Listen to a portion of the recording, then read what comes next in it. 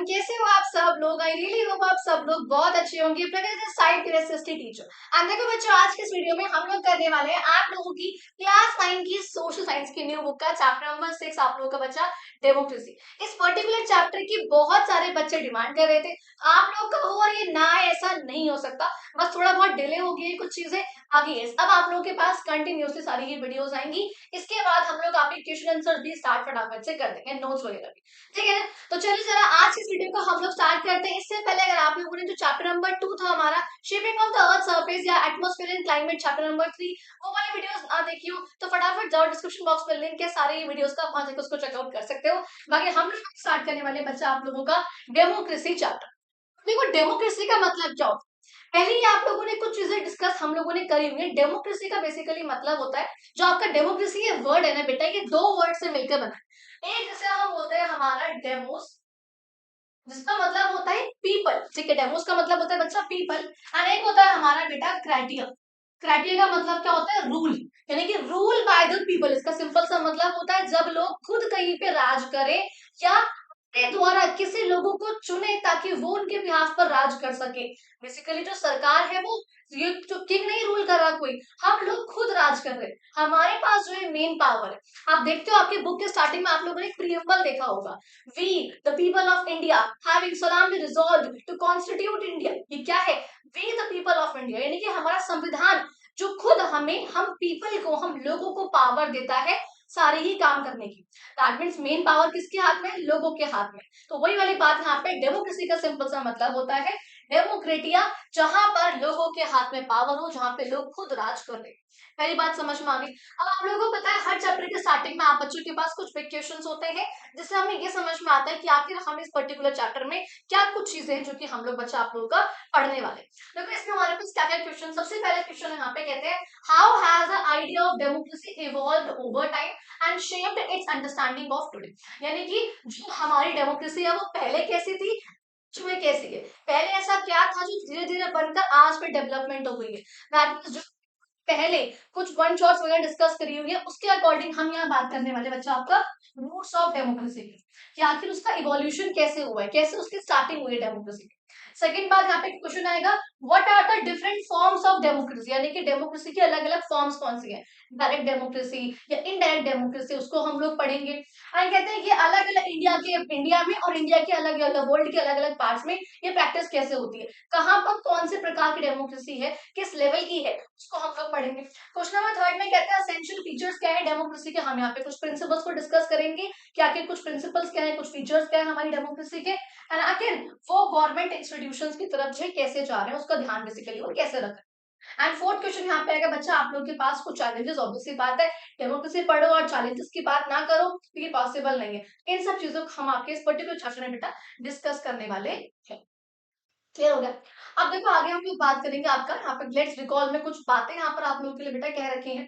कहते हैं यहाँ पे आप लोगों ने प्रीवियस ग्रेड्स में प्रीवियस जो कुछ आपके चैप्टर्स रहे बच्चा उसमें हम लोगों ने ये बात पढ़ी है। हाँ ठीक है, उसमें जो है हम लोगों ने ये चीज पढ़ी हुई है that democracy is basically a form of government. Democracy क्या है बेटा, एक फॉर्म ऑफ गवर्नमेंट है जहां पर in which the source of power, मैंने अभी आप लोगों को बोला जहां पे जो सोर्स ऑफ पावर है, ये जो अथॉरिटी है वो किसके हाथ में है, सिटीजन के हाथ में। Citizen of the country, the people of the country basically, who elect their representatives through free and fair election. देखो हम लोगों ने बार बार बोल रहे हैं डेमोक्रेसी एक ऐसी फॉर्म ऑफ गवर्नमेंट है जहां पे जो पावर है वो किसके हाथ में है, लोगों के हाथ में। हम लोग खुद अपने किसी रिप्रेजेंटेटिव को चुनते हैं, यानी कि चूज करते हैं, उसको इलेक्ट करते हैं ताकि वो हमारे बिहाफ पर बैठकर, चाहे तो वो पार्लियामेंट में, समझना, चाहे तो वो पार्लियामेंट में और चाहे वो लेजिस्लेटिव असेंबली में, कहीं पर भी बैठकर डिसीजंस ले सके। हम ये पावर खुद उनको देते हैं। कैसे देते हैं, through free and fair elections. अब देखो बच्चा जहां भी आपके चैप्टर में दोनों वर्ड आएंगे फ्री और फेयर, इन दोनों वर्ड का मतलब अलग अलग होता है। देखो फ्री का मतलब होता है जो आपके पास चॉइस हो, आप डिफरेंट डिफरेंट पॉलिटिकल पार्टीज के बीच में से चूज कर सकते हो, फ्री हो, आपको जिसको वोट करना है उस पॉलिटिकल पार्टी को वोट करो। एंड फेयर का आपका मतलब हुआ कि यहाँ पर कोई भी अनफेयर प्रैक्टिसेस का इस्तेमाल नहीं होगा, जैसे कि बूथ कैप्चर, कि किसी भी एक पर्टिकुलर पॉलिटिकल पार्टी के जो गुंडे होते हैं या जो जो भी यहाँ पर लोग हैं वो घुस जाएंगे किसी बूथ में, बूथ में जाकर उनको जितने वोट डाल के आने अपनी पॉलिटिकल पार्टी के वो डाल सकते हैं, उसे हम लोग बोलते हैं बूथ कैप्चरिंग। या फिर ब्राइब देना, घूस खिलाना, कुछ ना कुछ उनको बांटना ताकि लोग जो है उसको वोट कर सके उस पर्टिकुलर पॉलिटिकल पार्टी को। इन सबको हम बोलते हैं आपके अनफेयर तरीके। तो ये नहीं होना चाहिए। तो जो भी हमारे इलेक्शन होने चाहिए बेटा वो फ्री और फेयर तरीके से होने चाहिए। पहली बात कहते हैं यहाँ पे democracy is founded on the principles of. अब देखो डेमोक्रेसी क्या है, कुछ सिद्धांत है, कुछ सिद्धांत होता है हमारी डेमोक्रेसी की कि अगर कोई कंट्री डेमोक्रेटिक कंट्री है तो उस कंट्री के लोगों के पास ये सब चीजें होनी चाहिए, या वो कंट्री डेमोक्रेटिक तब कही जाएगी जब वहां पर उन कंट्री में ये सब प्रावधान है, ये सब सिद्धांत है बेसिकली। कौन कौन से? फ्रीडम, लोगों के पास आजादी है, इक्वलिटी है, लोगों को जो है न्याय प्रोवाइड करा जाता है, लोगों के पास कुछ अधिकार है, और अगर लोगों के पास कुछ अधिकार है ऑब्वियसली बात है उनके पास कुछ ड्यूटीज भी होंगी। But if you have right then you should obey your duties. वो भी है एंड इंश्योर करना कि सिटीजन्स के पास राइट टू वोट होना चाहिए, कि जो लोग हैं उन सबके पास वोट करने का अधिकार होना चाहिए। अच्छा आप लोग एक वर्ड पढ़ते हो which is also called universal adult franchise. आपको याद है ये वर्ड यूनिवर्सल अडल्ट फ्रेंचाइज? इसका सिंपल सा मतलब क्या होता है, जहाँ पे हर एक इंसान के पास जो कि अडल्ट हो चुका है और यहाँ पर फ्रेंचाइज बचा। फ्रेंचाइज का मतलब होता है बेटा राइट टू वोट, कि आपके पास क्या है, वोट करने का अधिकार है बेसिकली। ये वाली बात समझ में आ गई।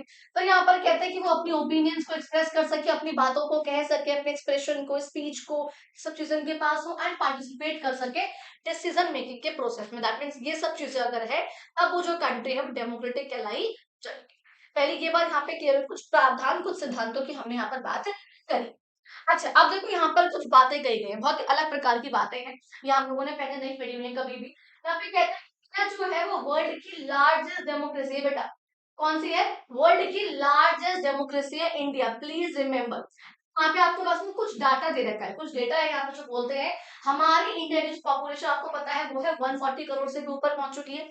अच्छा ये तो हमको पता ही है बहुत पहले से कि हम काफी पहले चाइना को सरपास कर चुके हैं on the basis of population. देखो और तो हम किसी चीज में खैर नहीं कर पाए, वहां का जो इंफ्रास्ट्रक्चर है, हाँ ये चीज अच्छी है कि हाँ जी वहां पे मोनार्कियल गवर्नमेंट एक तरीके से, कहने को डेमोक्रेटिक है लेकिन एक्चुअली मोनार्कियल है। बट हमारे यहाँ पे डेमोक्रेसी है, we have that dignity, we have that freedom, we have that equality, but we don't have that particular development, we don't have that infrastructure, we don't have that facilities. ठीक है, तो वो वाली चीज है। लेकिन स्टिल यहाँ पर क्या बोला गया, देखो टॉपिक पे आए अगर हम लोग कि पॉपुलेशन जो हमारे इंडिया की कितनी है बच्चा, 140 करोड़ की जो है पॉपुलेशन है, with a base of over 96.8 crore voters, यानी कि 150 करोड़ करीब करीब लोग हैं, 140 मान लो, उसमें से करीब करीब 100 करोड़ लोग होने वाले हैं, 100 करोड़ हो जाएंगे कुछ टाइम में। ये इतने जो लोग हैं वो वोटर्स हैं। अब वोटर्स का मतलब क्या हुआ, ये जो सब लोग हैं बच्चा आपका वो 18 प्लस है सारे के सारे। क्या है बच्चा वो 18 प्लस है बेसिकली सारे के सारे। कहते हैं तो इंडिया यहाँ पे जो कि दैट इज भारत, ये हमारे इंडिया का फर्स्ट आर्टिकल भी होता है, इंडिया दैट इज भारत। ठीक है, कहते हैं represent the largest participatory democracy, India की सबसे ज्यादा बड़ी, मतलब वर्ल्ड की सबसे बड़ी डेमोक्रेसी जो है वो कौन सी है, पार्टिसिपेटरी हमारी इंडिया है, जहां पे लोगों के पास अपने रिप्रेजेंटेटिव को चूज करने का अधिकार है। ये बात समझ में आ गई। अच्छा where people choose their government by electing their representatives, जो मैंने अभी आप लोगों को लाइन बोली वही वाली है। कहते हैं आर डेमोक्रेसी, हमारी जो डेमोक्रेसी है it serves as a beacon of hope, यानी कि जब आशा की किरण के रूप में, बेकन ऑफ होप को बोलते हैं आशा की किरण मिलना, and an example for the rest of the world, पूरे वर्ल्ड के लिए भी एग्जाम्पल है। एंड ये दिखाता है कि हम इतनी बड़ी कंट्री में कैसे हम डेमोक्रेसी को प्रैक्टिस कर सकते हैं। कहते हैं बाकी डेमोक्रेसी जो और कंट्रीज है उन सब की तरह इंडिया में भी कुछ चैलेंजेस है, जिसके बारे में आगे अभी हम बात करें। क्लियर हो गया? अच्छा फिर देखो बच्चा हमारे पास हमें कुछ बातें बेटे यहाँ पर आप लोगों को संविधान के बारे में बता रखी है, जो आप लोगों का संविधान है जिसे हम लोग इंग्लिश में बोलते हैं बच्चा आप लोगों का कॉन्स्टिट्यूशन। तो यहाँ पर ये कुछ पॉइंट्स आप लोगों का बच्चा ये पॉइंट्स में जरूर ही याद रखने हैं। अब वो क्या पॉइंट्स है, क्या आप लोगों को बोला हुआ है हमारे संविधान के बारे में। तो पहली बात समझो आखिर इंस्टीट्यूशन होता क्या है। देखो बेसिकली आप लोगों को पता है हमारी कंट्री बहुत अलग अलग प्रकार के लोग रह रहे हैं। अगर इतने लोग रह रहे हैं सबके रिलीजन्स या कल्चर लैंग्वेज सब कुछ बहुत अलग अलग है। इन दैट केस सब लोगों का एक साथ रहना बहुत जरूरी है। अगर उन लोगों को बांधने के लिए कुछ लॉज होने चाहिए, कुछ रूल्स होने चाहिए जिसका सब लोग पालन करके आराम से इस कंट्री में एक होकर यूनिटी के साथ रह सके। उन्हीं सब लॉज को, उन्हीं सब रूल्स को लिखा हुआ है इस पर्टिकुलर डॉक्यूमेंट में जिसका नाम है संविधान यानी कि कॉन्स्टिट्यूशन। इस संविधान को बनाने के लिए भी बहुत रिवोल्ट हुए हैं। आपको पता है हमारे फ्रीडम के बहुत स्ट्रगल्स हुए हैं जब आजादी पाने के लिए अंग्रेजों से उस टाइम पे यहाँ पर इस संविधान को बनाने की यहाँ पर बात करी गई थी, इसकी डिमांड बेसिकली यहाँ पे रखी गई थी। देखोगे अगर इसकी जो स्टार्टिंग थी, संविधान के बनने की स्टार्टिंग बच्चा आप तो वो 1946 में स्टार्ट हो चुकी थी। यानी कि 1946 में हमारे संविधान के बनने की स्टार्टिंग हो चुकी थी। और अगर एग्जैक्ट डेट बताऊं आप लोगों को तो आपके बुक में नहीं है, दैट इज 9 दिसंबर 1946 से हमारा संविधान बनना स्टार्ट हो गया था। और ये बनते बनते बनते आप देखोगे यहाँ पे क्या लिखा है, कहते हैं संविधान का यहाँ पर बहुत बड़ा रोल है हमारे देश में राइट्स को प्रोटेक्ट करने के लिए, राइट्स को सेफगार्ड करने के लिए। इंडिया में जो डेमोक्रेटिक प्रिंसिपल्स हैं they all are guided by the संविधान of India, by the constitution of India. यानी कि यहाँ पर कह रहे हैं जो कुछ प्रावधान है, जो कुछ प्रिंसिपल्स है, वो सब इन्हीं के द्वारा गाइड करेगा, इन्हीं में जो है बेसिकली वो सब लिखा गया है। इसको अडॉप्ट अब आप देखो 9 दिसंबर 1946 से बनते बनते बनते बनते बनते 26 नवंबर बचा 1949 को हमारा संविधान बनकर रेडी हो गया था, उसको हमने अडॉप्ट कर लिया था।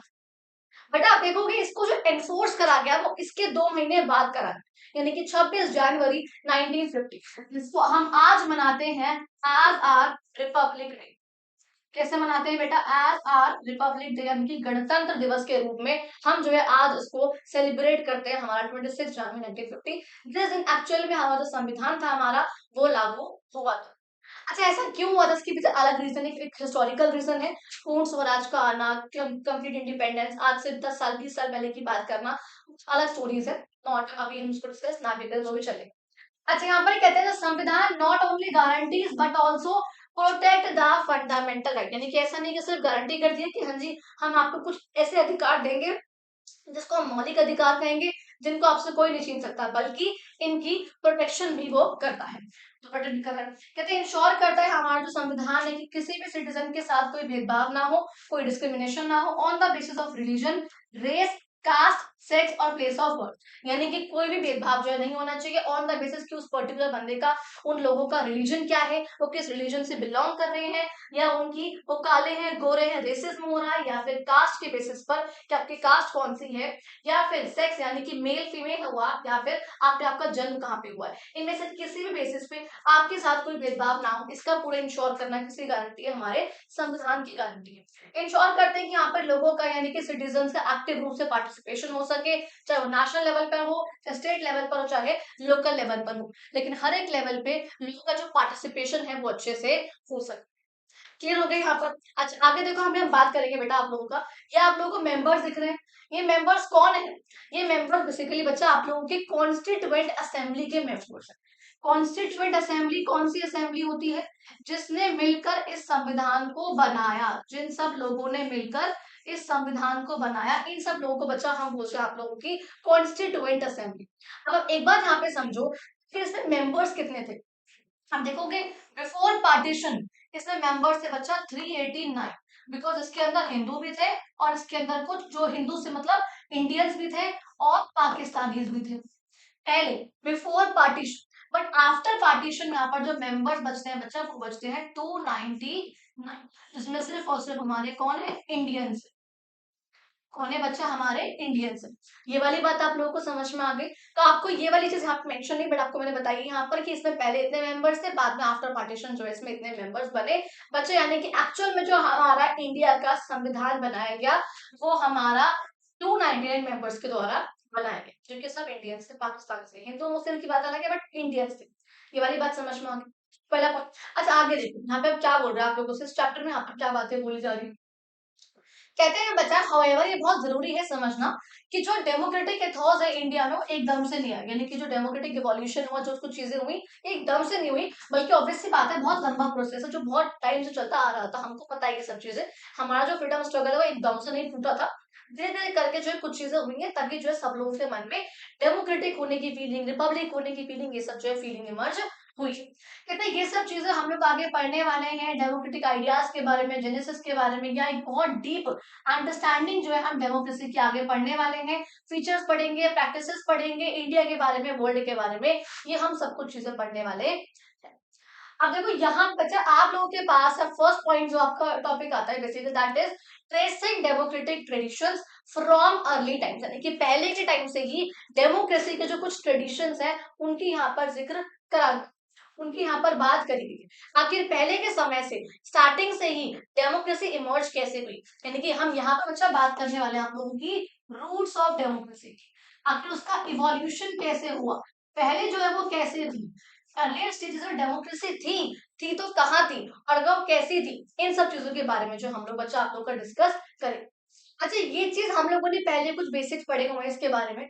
यहाँ पर बोलते हैं कि जो इथॉस है इंडिया का, जो इथॉस रहा है ये वाला, ये जो डेमोक्रेसी में जो फीलिंग आई लोगों के मन में, ये सब चीजें बहुत पहले से चलती आ रही हैं, इतिहास का पार्ट हमारे वो रही। अच्छा, आप लोगों का जो प्रीवियस चैप्टर था उसमें आप लोगों ने महाजनपद के बारे में पढ़ा, उसमें हम लोगों ने पढ़ा डिफरेंट डिफरेंट असेंबलीज के बारे में कि उस समय पे जो महाजनपद, आपको पता होगा महाजनपद का बेसिकली मतलब क्या होता है, जो बड़े बड़े किंगडम्स हुआ करते थे जहाँ पे सेम क्लैन के लोग, सेम ग्रुप ऑफ पीपल जो कि सेम कल्चर या सेम लैंग्वेज के, वो लोग बेसिकली रहते थे। इस प्रकार से सेम सेम लैंग्वेज या कल्चर के लोग यहाँ पे रहते थे, इसे हमने कहा था बच्चा आप लोग का महाजनपद।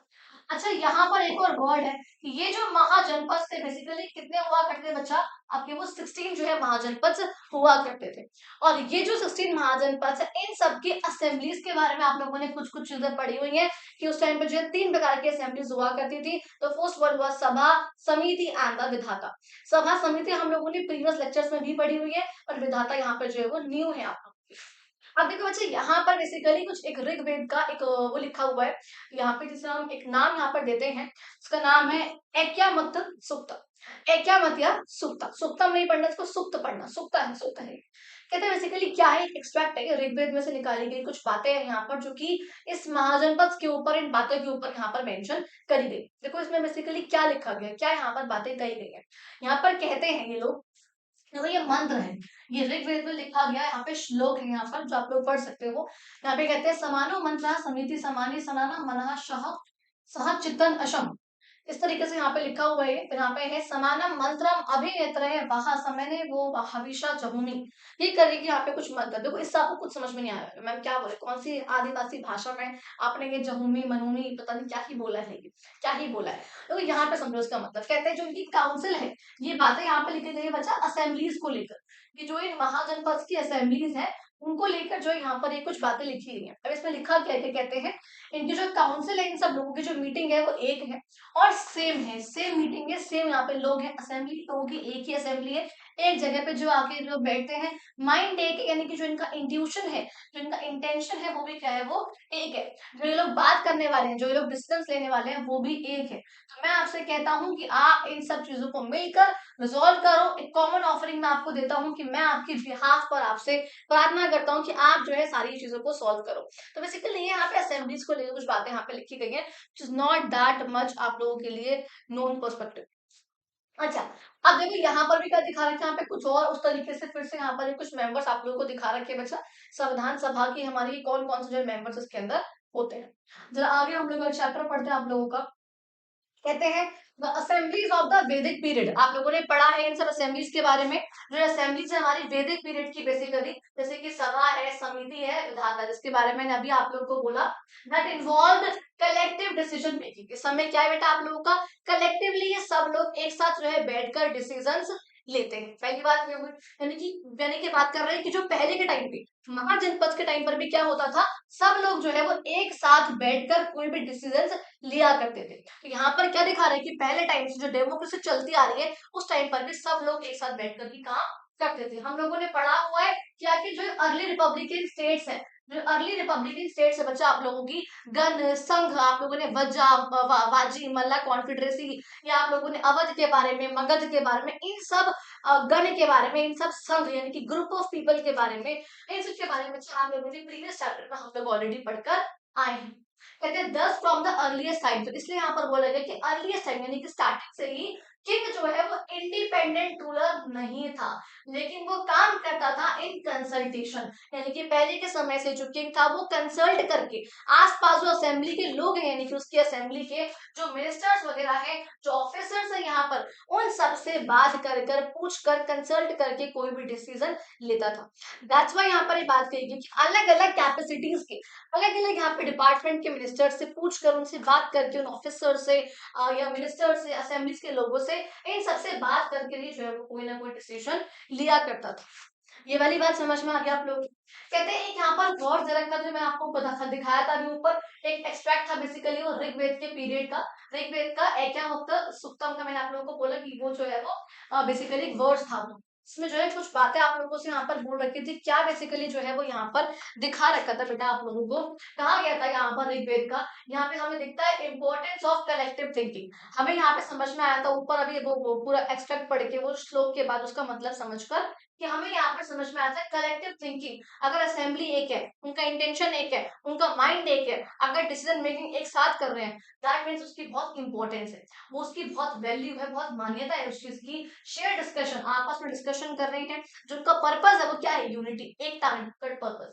कहते हैं ये जो वैल्यूज है हमें समझाते हैं यहाँ पर डेमोक्रेटिक प्रिंसिपल्स, जैसे कि कंसल्टेशन करना, कंसल्ट करके डिसीजन लेना।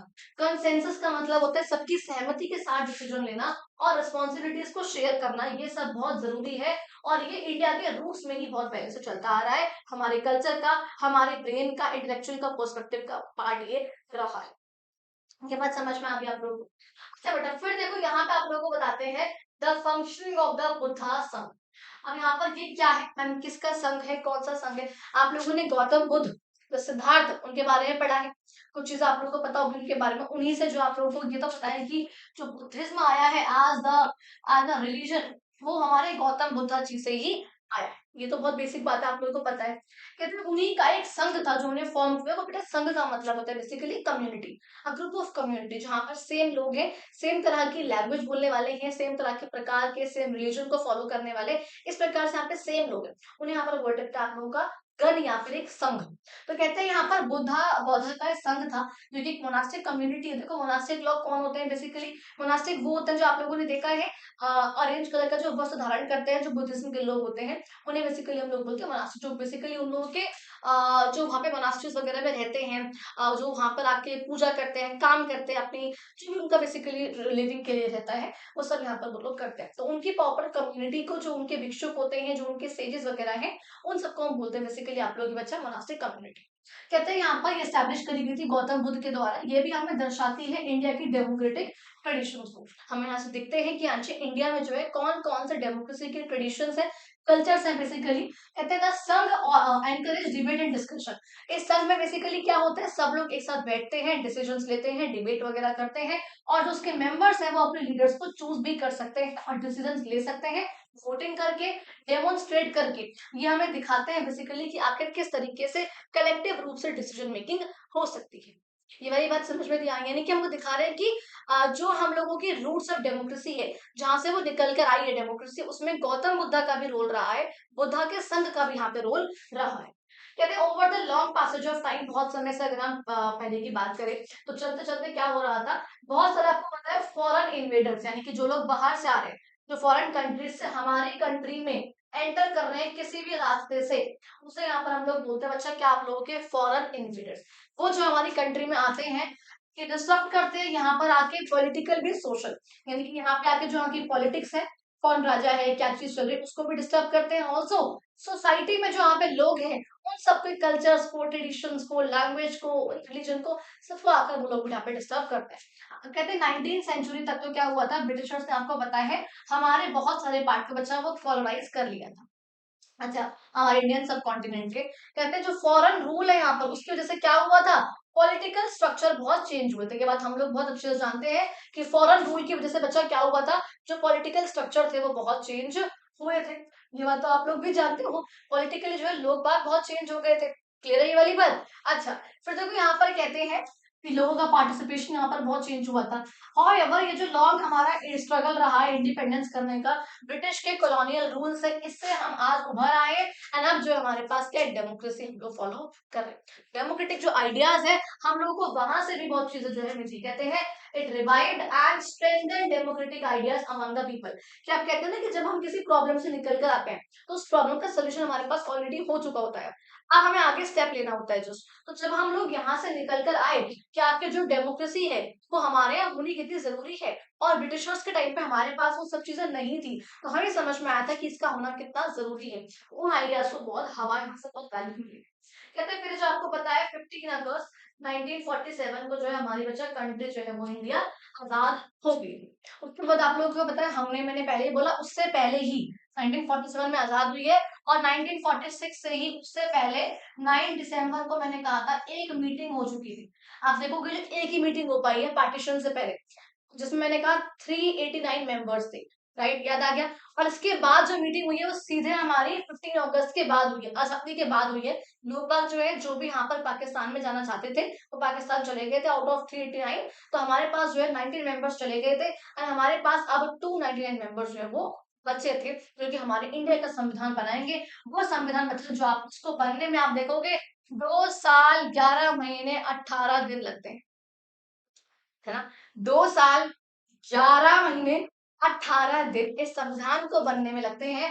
मोस्ट मैं कहूंगी यहाँ पर जो सबसे बड़ा संविधान है बेसिकली, द वर्ल्ड का लॉन्गेस्ट रिटर्न कॉन्स्टिट्यूशन किसका है? हमारा। देन किसकी है? बी आर अम्बेडकर जी की। बेसिकली क्या था कि जब संविधान बना तो बनते टाइम कुछ 11 मेजर कमिटीज हुआ करती थी। उसमें से एक कमेटी का नाम था ड्राफ्टिंग कमेटी, जो प्रॉपर ब्लूप्रिंट रेडी कर रही है, सारी को चेंजेस करके, जो भी यहाँ पर डिस्कशन डिबेट आपस सब कुछ करके। उस ड्राफ्टिंग कमेटी के चेयरमैन थे बच्चा आप लोगों के बी आर अम्बेडकर जी। इसलिए यहाँ पर कई बार हम लोग सुनते हैं, कहते हैं अम्बेडकर जी का ही तो संविधान है, वही तो लेकर आए हैं, मेकर ऑफ कॉन्स्टिट्यूशन। लेकिन एक्चुअली में जो मेकर्स है संविधान के वो 299 है। ये वाली बात समझ में आ गई आप लोगों को। तो कहते हैं apart from the indigenous tradition जो पहले से चलते आ रहे हैं, अब जो डेमोक्रेटिक वैल्यूज है वो बहुत स्प्रेड हुई है। इवन यहाँ पे कहते हैं जब वो स्प्रेड हो रही थी उस टाइम पे संविधान सभा में जो डिबेट हो रही थी, उन सबको भी बहुत हवा मिलती है, बहुत वैल्यू मिलती है। और इससे क्या होता है, बहुत फ्लेक्सिबल रॉबस्ट सा एक ट्रांसफॉर्मेशन लाने वाला एक संविधान जो है हमारा बनकर निकलता है। ऐसा कहते हैं कि हमारा जो संविधान है वो अम्बेडकर जी ने बहुत कंट्री से जो है बोरो करा है। हाँ, बहुत से प्रोविजन है जो कि बहुत कंट्रीज के संविधान से, बेसिकली आप देखते हो करीब करीब 10 कंट्रीज के और एक ब्रिटिशर्स का एक्ट रहा था, government of India act of 1935। उन सब से ही बहुत सारे प्रोविजन जो है हमारे संविधान में लाए गए। तो कई बार इसको कॉपीड कॉन्स्टिट्यूशन भी बोलते हैं। तो कॉपीड नहीं है, बिकॉज हमारे मेकर्स को पता था किसकी हमें कितनी जरूरत है, हमें क्या चाहिए और क्या नहीं चाहिए, उसके अकॉर्डिंग जो लोग थे सब कुछ ये संविधान लेकर आए। ये वाली बात समझ में आ गई। कहते हैं कैड का मतलब यहाँ पे क्या बोला गया है, कॉन्स्टिट्यूएंट असेंबली की जो डिबेट्स थी उसको यहाँ पर कैड वर्ड बोला गया है। उससे यहाँ पे हमें देखता है कि लोगों का बिलीफ क्या था। लोग बाग ऐसा चाहते थे, ऐसा मानते थे कि संविधान को बहुत ज्यादा रिजिड नहीं होना चाहिए, not a rigid legal code. ऐसा ना हो, देखो आप सोचो सिचुएशंस आज है, जो सर्कमस्टांसेस या जो टेक्नोलॉजी जो भी चीजें आज है, क्या वो 20 साल बाद 50 साल बाद सेम रहेंगी? नहीं। तो जब हमारा संविधान बना 1950 में और आज क्या चल रहा है बच्चा, आज हमारा चल रहा है 2026, 76 ईयर्स होने वाले हैं हमारे संविधान को बने, हो चुके हैं वैसे, हो चुके हैं संविधान को बने हुए। तो क्या इतने सालों में कोई चेंज नहीं आया? टेक्नोलॉजी में, वुमेन में, एम्पावरमेंट में, लोगों में, सिचुएशंस में, सब में बहुत चेंज आया। तो बदलते हुए चेंजेस के साथ अगर हमारा जो संविधान है वो बदलेगा नहीं, अगर वो इतना रिजिड होगा कि हम उसमें कोई भी चेंज ना कर सके। और देखो कि आप चेंज को पॉलिटिक्स की भाषा में यानी कि पॉलिटिकल टर्म्स में हम एक नाम देते हैं, व्हिच इज कॉल्ड बच्चा आप लोगों का अमेंडमेंट। क्या नाम देते हैं बच्चा? इसे हम बोलते हैं अमेंडमेंट, इसलिए इसका नाम होता है चेंजेस। इसे हम क्या बोलते हैं बच्चा आप लोगों का? चेंजेस। तो कहते हैं ये बहुत जरूरी है संविधान, इसलिए यहाँ पे लोगों ने सोचा कि बहुत रिजिड नहीं होना चाहिए, कि वो बिल्कुल भी इवॉल्व ना कर सके, वो इतना डायनामिक होना चाहिए कि वो इवॉल्व कर सके थ्रू लॉफुल अमेंडमेंट्स, की लॉ के थ्रू यहाँ पर चेंजेस करे जाए बिना फंडामेंटल वैल्यूज को कॉम्प्रोमाइज करे। यानी कि जो प्रॉपर वैल्यूज है, जो कोर है हमारे संविधान का, freedom, equality, liberty, justice and all those things, उन सब कोर को बिना छेड़े हम उसमें कुछ चेंजेस कर सके। वो चेंजेस जिससे जो बदलता हुआ एनवायरनमेंट है उसके अकॉर्डिंग वो खुद को अडेप्ट कर सके। ठीक है, अकॉर्डिंगली यहाँ पर ऐसे कुछ प्रोविजंस का बनाना, प्रोसेसेस का बनाना बहुत जरूरी था, और जिसको हमारे संविधान में यहाँ पर लाया गया। क्लियर होगी बच्चा आप लोगों को ये वाली बात? अच्छा, कहते हैं accordingly while making provisions for establishing democratic institutions and processes, यानी कि ऐसे प्रोविजंस को बनाते हुए जिसमें हम यहाँ पर लिबर्टी को, इक्वालिटी को, जस्टिस को, फ्रेटर्निटी को, हम यहाँ पे इन सब वैल्यूज को होल्ड रख रहे हैं। इस टाइम पे कुछ चेंजेस का करना, अमेंडमेंट्स का करना आता है आर्टिकल नंबर 368। अब ये आर्टिकल्स क्या है बेटा, देखो समझो। आर्टिकल्स का सिंपल मतलब क्या है, आप लोगों के पास डिफरेंट डिफरेंट बुक्स है, हर एक क्लास में, हर एक बुक में क्या होता है, इंडेक्स है, हर एक बुक में कुछ चैप्टर्स है, हर एक चैप्टर में कुछ टॉपिक्स है, फिर उसके बाद कुछ क्वेश्चन आंसर्स है, सब कुछ है। सेम एज संविधान एक बुक है, उसमें कुछ चैप्टर्स है। चैप्टर्स कितने हैं बच्चा? उसके अंदर आप देखोगे हमारे पास जो अभी करंट के आर्टिकल्स हैं आर्टिकल्स है बेटा हमारे पास, आप देखोगे 448, कितने आर्टिकल्स हैं? 448। इन 448 आर्टिकल्स में कुछ कॉमन टॉपिक्स है, यहाँ पे स्टार्टिंग में कुछ टॉपिक्स यहाँ पे मेंशन है। उन टॉपिक्स को मान लो हम कह रहे हैं यहाँ पर पार्ट्स, हमारे पास पार्ट्स है बच्चा 25। कितने पार्ट्स है बेटा हमारे पास? पार्ट्स है बच्चा 25। फिर हमारे पास एक और होते हैं जिसको कॉल्ड स्केड्यूल्स। स्केड्यूल्स है बच्चा हमारे पास आप लोगों के 12। ये जो है हमारे पास क्या है, कुछ संविधान की कुछ चीजें हैं। तो यहाँ पर आर्टिकल जो कुछ इंपॉर्टेंट है, यहाँ पर जैसे कि बोल रहे हैं अमेंडमेंट के लिए जो आर्टिकल है बच्चा, वो आपका आर्टिकल नंबर 368। तो आप लोग ये आर्टिकल एक बार हल्का सा याद रख लेना कि अमेंडमेंट के लिए आर्टिकल था कौन सा। ठीक है, कहते हैं इंश्योर करता है कि ये जो संविधान है वो फ्लेक्सिबल रहना चाहिए, रिस्पॉन्सिव रहना चाहिए, यानी कि ऐसा ना हो बहुत रिजिड ना हो, यानी कि हल्का बहुत फ्लेक्सिबल होना चाहिए कि जब यहाँ पर कुछ चेंज हो रहा है, पॉलिटिकल नीड्स यहाँ पे चेंज हो रही है, सोसाइटी यहाँ पर चेंज हो रही है, तो उसके अकॉर्डिंग वो खुद को इतना फ्लेक्सिबल हो कि वो अडेप्ट कर। ये वाली बात समझ में आ गई। अच्छा अब देखो बच्चा, अब नेक्स्ट पॉइंट जो कि बहुत इंपॉर्टेंट है, which is also called as principles of democracy. हम उसकी बात करते हैं, यानी कि कुछ सिद्धांत जो है वो कौन कौन से बच्चा हमारी डेमोक्रेसी के, उसके बारे में जरा हम लोग थोड़ा बहुत यहाँ पे डिस्कस करते हैं। अच्छा, कहते हैं वो कुछ प्रिंसिपल्स, वो कुछ सावधान प्रावधान, सबसे जो फर्स्ट हमारे पास आएगा बच्चा, that will be called as popular sovereignty. अब इसका मतलब क्या होता है, which is the popular sovereignty का आखिर क्या ही मतलब है, क्या इसका अर्थ है, जरा उसको एक बार हम लोग बच्चा आप लोगों का देख लेते हैं। देखो पॉपुलर सोवर, देखो सोवर्निटी का मतलब यहाँ पर दिखा रखा है कि सोर्स ऑफ पावर, कि आखिर जो मेन पावर है, जो अथॉरिटी है, वो किसके हाथ में। मैंने पहले ही बोला कि डेमोक्रेसी में क्या है, रूल बाय द पीपल, यानी कि लोगों के पास मेन पावर। तो पॉपुलर सोवरेनिटी का मतलब हुआ कि जो सोर्स ऑफ पावर अल्टीमेटली किसके हाथ में है, वो लोगों के हाथ में, पीपल के हाथ में, जो मेन सोर्स ऑफ पावर है।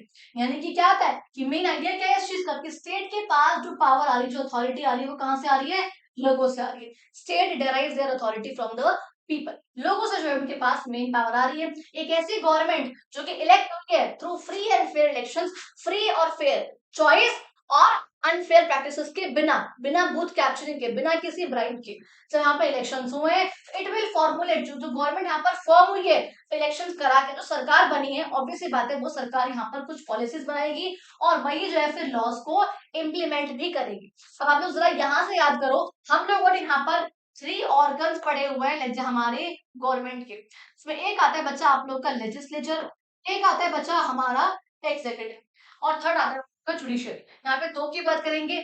लेजिस्लेचर का यहाँ पर काम क्या है, लॉज को बनाना, मेकिंग पॉलिसीज, एंड एग्जीक्यूटिव का काम क्या है बच्चा, इन लॉज को इम्प्लीमेंट करना।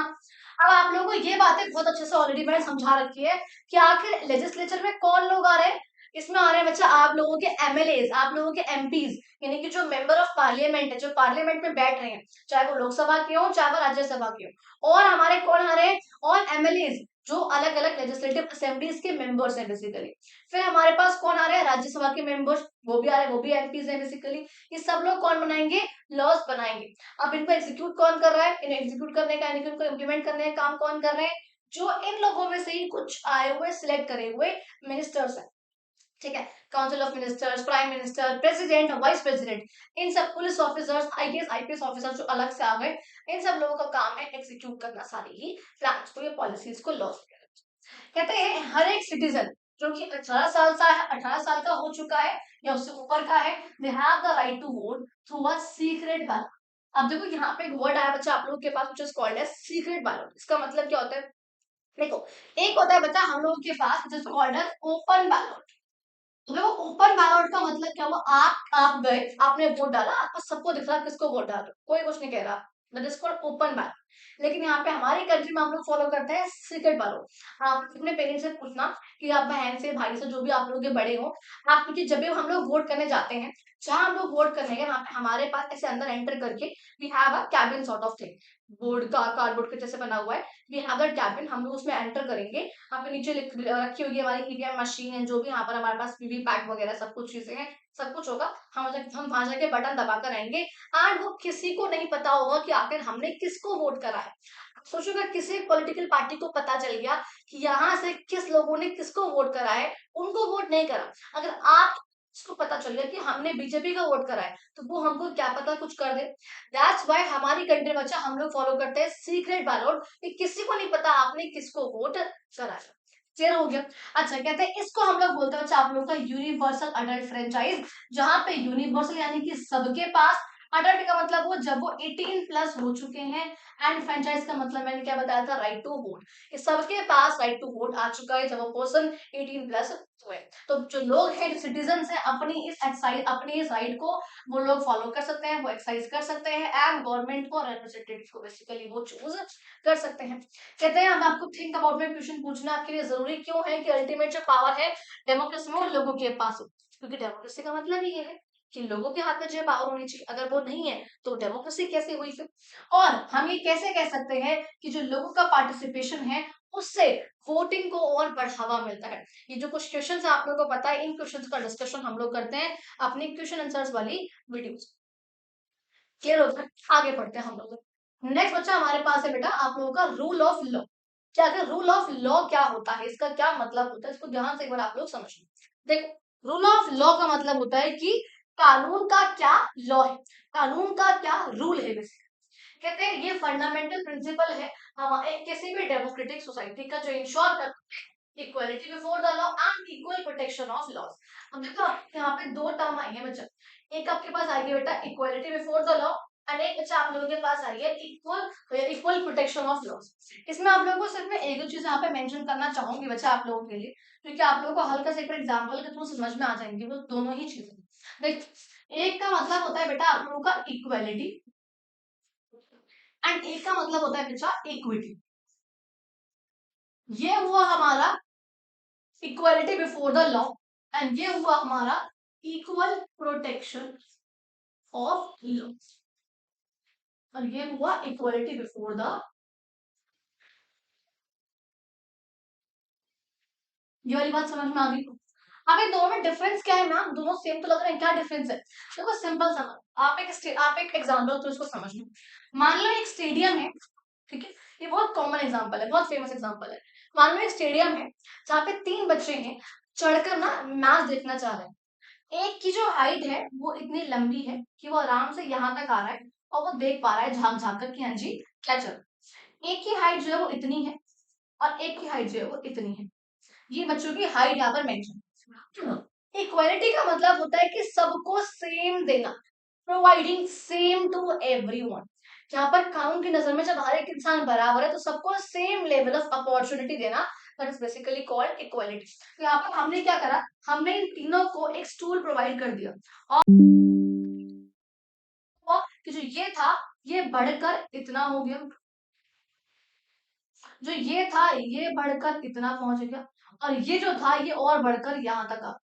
अब इससे क्या फायदा हुआ, क्या अभी भी ये दोनों देख पा रहे हैं, नहीं देख पा रहे। अब यही बात करूंगी मैं इक्विटी की। इक्विटी का मतलब क्या होता है, यही जो है सेम लेवल पे आपका स्टेडियम है, एक बच्चे की हाइट जो है वो ऑलरेडी यहाँ तक पहुंच रही है, एक बच्चा जो है वो यहाँ तक है, एक जो है वो यहाँ तक है। अब मैंने ये देखा कि भैया ये तो ऑलरेडी पहुंच रहा है बट ये दोनों जो है वो नहीं पहुंच पा रहे। तो मैंने क्या करा, मैंने इनकी सिचुएशन देखी और इनके इनको क्या हेल्प चाहिए, इनको कितनी हेल्प चाहिए, मैंने उसके अकॉर्डिंग इन लोगों की हेल्प करी।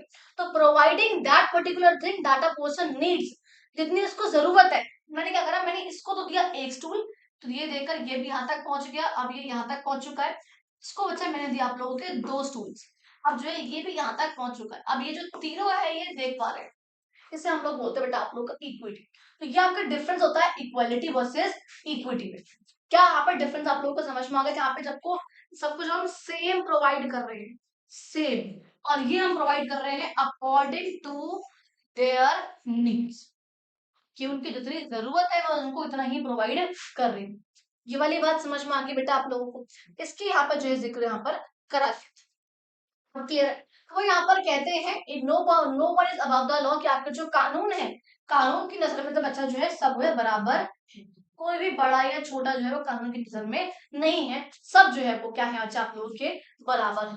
कहते हैं व्हेन लॉज आर वायलेटेड, जब भी किसी कानून का उल्लंघन होता है तो डिस्प्यूट्स यहाँ पे सॉल्व करे जाते हैं, जो लड़ाइयां यहाँ पर सॉल्व होती है कहाँ पे होती है, कोर्ट ऑफ लॉ में होती है, कानून के कोर्ट में होती है, through procedures established by law. यानी कि अगर आपने जो यहाँ पे लाइन लिखी हुई है कि this prevents not by force और पर्सनल इन्फ्लुएंस, अब इससे क्या होता है कि मिसयूज नहीं होता पावर का, और no citizen can be punished without due process and everyone is provided a fair opportunity to defend their rights. अब देखो समझो इसका मतलब क्या है, बेसिकली क्या बोलना चाह रहे हैं यहाँ पे। देखो कोई क्राइम करा, तो जो आपको जो सजा दी जाएगी उस क्राइम की पर्टिकुलर, वो आपको उस तरीके से दी जाएगी जिस तरीके से कानून में मेंशन है। यानी कि अगर आपसे कहा गया है कि इस पर्टिकुलर क्राइम में आपको अरेस्ट करने के लिए police should have the arrest warrant, तो यहाँ पर वो जब तक आपके आगे ना लाया जाए आपको वो अरेस्ट नहीं कर सकते।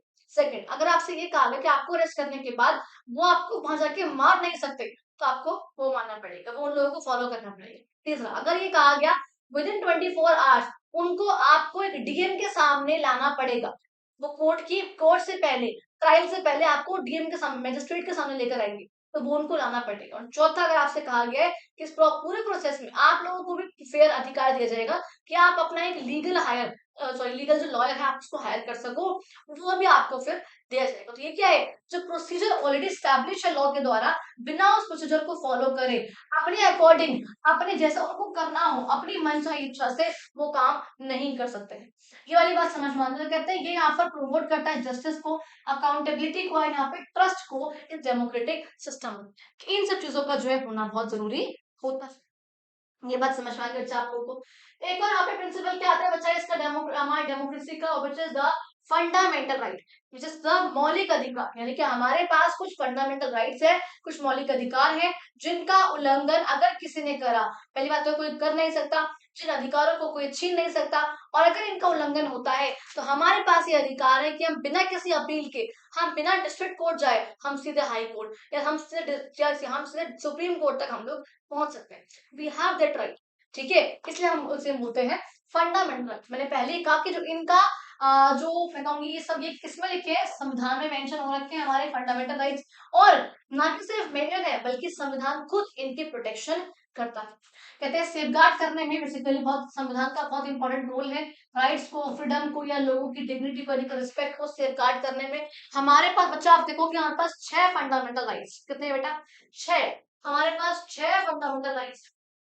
कौन कौन से, राइट टू इक्वालिटी का, राइट टू इक्वालिटी है, फ्रीडम है हमारे पास, राइट अगेंस्ट एक्सप्लॉइटेशन है, फ्रीडम ऑफ रिलीजन है, कल्चरल एजुकेशन राइट्स है, एंड यहाँ पर राइट टू कॉन्स्टिट्यूशनल रेमेडी। ये जो बच्चा हमारे पास कुछ 6 फंडामेंटल राइट्स हमारे पास निकल कर आते हैं फ्रॉम आर्टिकल 14 टू 32। आर्टिकल 14 देखो, 14 से लेकर कहां तक, 32। बट ये जो हमारा राइट आता है ना, बेसिकली मैंने अभी आप लोगों को आता है कि हमारे पास 25 पार्ट है, उस 25 पार्ट में से पार्ट नंबर 3 में हमारे पास फंडामेंटल राइट आते हैं। एक्चुअल में होते हैं कि 12 से लेकर के 35 तक, ये जो आगे पीछे के जो कुछ लॉज, कुछ रूल्स वगैरह होते हैं इसके पहले, बाद में जो स्टार्टिंग जो होती है 14 से लेकर के 32 तक होती है। 31 नहीं है इसमें, 31 गायब हो चुका है, वो अब जो है लीगल राइट बन चुका है, which was right to property, वो जो है हम हमारा फंडामेंटल राइट नहीं। ये बात समझ में आ गई बच्चा आप लोगों को। कहते हैं अगर इनमें से किसी का वॉल्यूशन होता है, अगर यहाँ पे किसी का भी इसका उल्लंघन हो, तो एनफोर्सिएबल है। जो फंडामेंटल राइट होते हैं बच्चा, ये आप लोगों के कोर्ट में एनफोर्सिएबल होते हैं, यानी कि अगर इनका उल्लंघन हो तो आप कोर्ट जा सकते हो।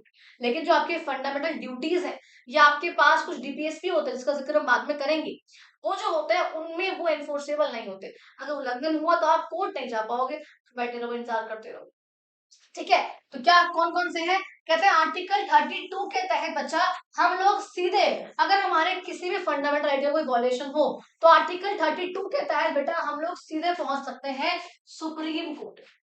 एंड आर्टिकल 226 के तहत इसके थ्रू हम लोग पहुंच सकते हैं सीधा हाई कोर्ट।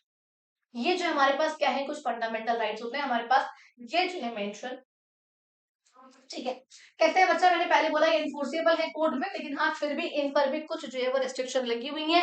ऐसा नहीं है कि आप एवं ही आप एक्सरसाइज कर सकते हो। सपोज मान हमारे पास, हमने कहा भी हमारे पास राइट टू फ्रीडम है कि हम जो करना चाहें अपनी मर्जी से हम लोग वो जो है कर सकते हैं।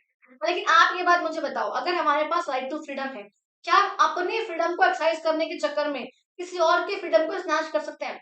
मैंने कहा मेरा किसी को थप्पड़ मारने का मन करा, मैं चली गई, मैंने मार दी चाटा उसकी, मैं मन कर रहा था, फ्रीडम है मेरे पास तो कुछ भी करने की, बट अपने फ्रीडम के चक्कर में मैंने उस इंसान की फ्रीडम तो छीन ली ना, उसके पास अधिकार था ना चाटा ना खाने का, बट मैं मार चुकी हूँ उसके, तो क्या हुआ? तो ऐसे यहाँ पर कुछ रेस्ट्रिक्शंस भी लगे हुए हैं कि हम पे फालतू की हरकतें हम यहाँ पर नहीं कर सकते, ठीक है। आप देखो यहाँ पर ये वर्ड आया है कि संविधान में सिर्फ और सिर्फ फंडामेंटल राइट्स नहीं है, बल्कि कुछ फंडामेंटल ड्यूटीज भी हैं and directive principles of state policy भी है। ये होता है क्या है बेटा, उसकी हल्की सी बात कर लेते हैं, या ड्यूटीज बेसिकली, और हमारे जो फंडामेंटल जो डीपीएसपी है बेसिकली ये सब क्या है। देखो समझो, अधिकारों का मतलब क्या हुआ, आपके पास कुछ अधिकार है, ठीक है। लेकिन directive principles of state policy, आप समझो इसके मतलब से आपको समझ में आ जाएगा। डायरेक्टिव यानी कि डायरेक्शन प्रोवाइड करने वाले, प्रिंसिपल्स यानी कि कुछ सिद्धांत, स्टेट यानी कि जो सरकार जो कुछ पॉलिसी बना रही है। यानी कि सिंपल अब इसको जरा कंक्लूड करो कि जब भी सरकार कोई पॉलिसी बना रही हो तो उनको गाइड करने के लिए, उनको डायरेक्शन प्रोवाइड करने के लिए कुछ प्रिंसिपल्स है हमारे पास, जिनको वो ध्यान में रख के कोई पॉलिसी बना सकती है। यानी कि मान लो हमारे पास ये प्रिंसिपल मेंशन है कि हम काउस का स्लॉटर ना करें, उसके अकॉर्डिंग आपको कुछ बनाना है। हमारे पास ये डीपीएसपी है, इसको हम शॉर्ट फॉर्म बोलते हैं डीपीएसपी। हमारे पास ये डीपीएसपी है कि आप जो है सपोज आप इंटॉक्सिकेशन नहीं करोगे ड्रिंक्स का, आप ड्रिंक्स या ड्रग्स वो सब कंज्यूम नहीं करोगे, तो आप उसको ध्यान में रख के कोई लॉ बनाओगे। अगर हमारे पास डीपीएसपी है कि हमें लोकल गवर्नमेंट पे, विलेज पे ध्यान देना है, तो हम उस पर ध्यान में रख के कोई पॉलिसी बनाएंगे। लेकिन अगर पॉलिसी नहीं बनाई गई तो आप लोग कोर्ट नहीं पहुंच जाओगे, आपके पास वो अधिकार नहीं है, because these are not enforceable in, समझ, नॉट एनफोर्सेबल इन जस्टिफिकेशन, ठीक है। दीज आर नॉट एनफोर्सेबल बच्चा इन कोर्ट्स। अच्छा, फिर यहाँ पर देखेंगे हम, कहते हैं आपका फंडामेंटल ड्यूटीज। आखिर आप ड्यूटीज क्या होता है, देखो देश में रह रहे हैं, कुछ अधिकार है हमारे पास, तो कुछ ना कुछ ड्यूटी बनती है, कुछ ना कुछ कर्तव्य हम लोगों का बनता है। बस उन्हीं कर्तव्य को हमने नाम दिया हुआ है फंडामेंटल ड्यूटीज का, जो कि हमारे पास 11, ठीक है।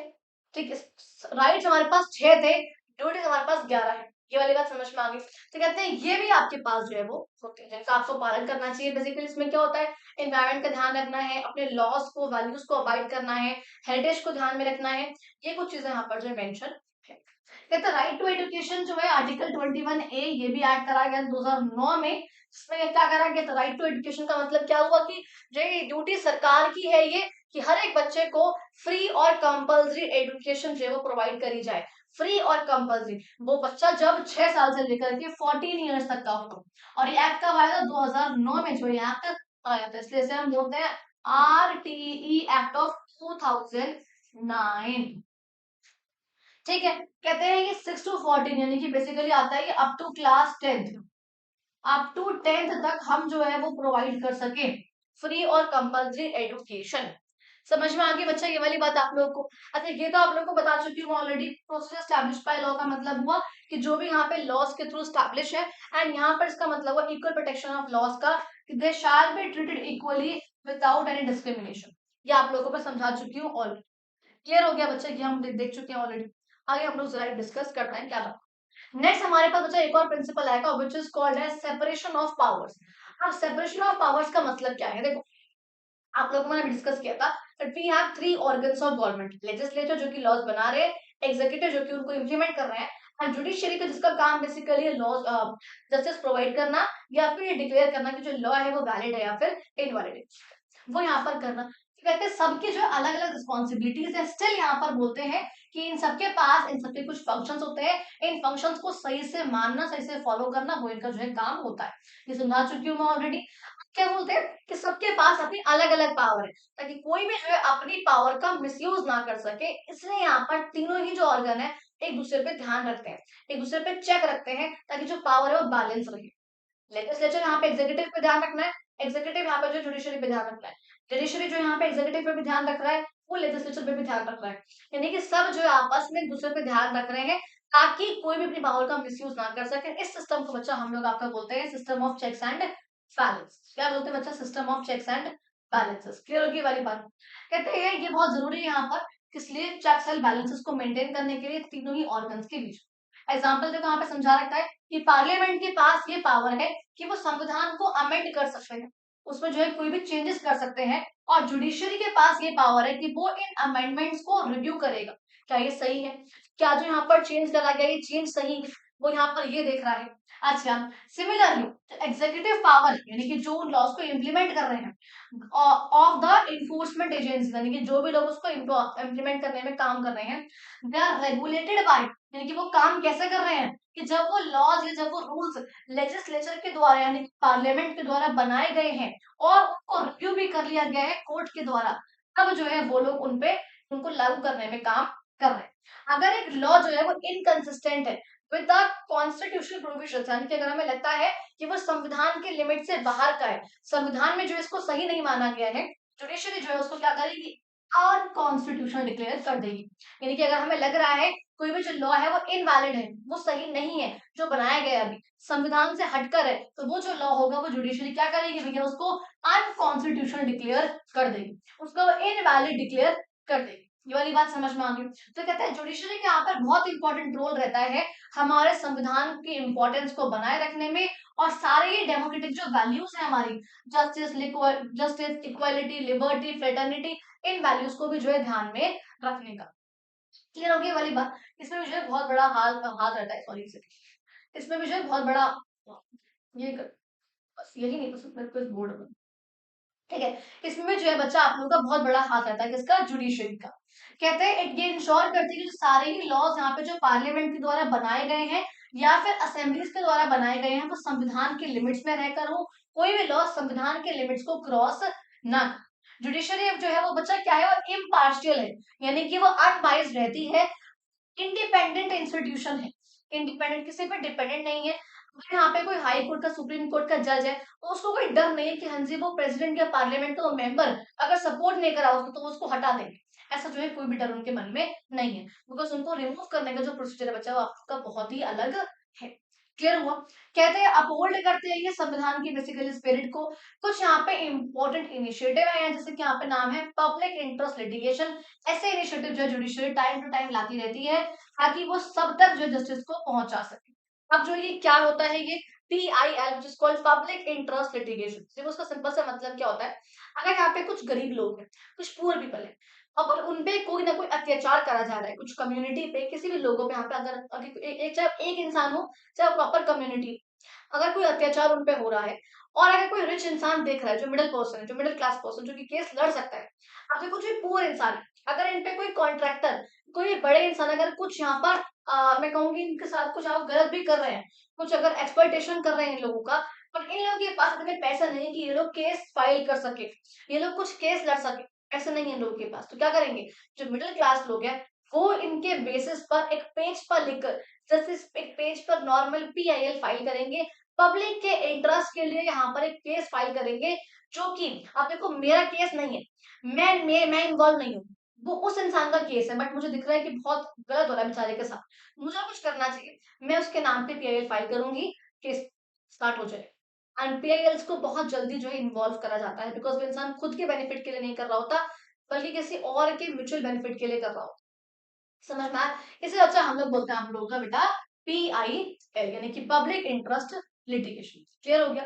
कहते हैं क्या होगा, do you think what would happen if the same organ, क्या होगा, देखो ये तो बहुत सिंपल सी बात है, क्या होगा अगर सेम ही ऑर्गन होगा, यानी कि अगर लेजिस्लेचर ही जो कि लॉ बना भी रहा है, उसको इम्प्लीमेंट भी कर रहा है, उसको जज भी कर रहा है, तो वो सिंपल सी भाषा में क्या स्टार्ट हो जाएगी हमारी भैया, मोनार्की स्टार्ट हो जाएगी, बहुत सिंपल।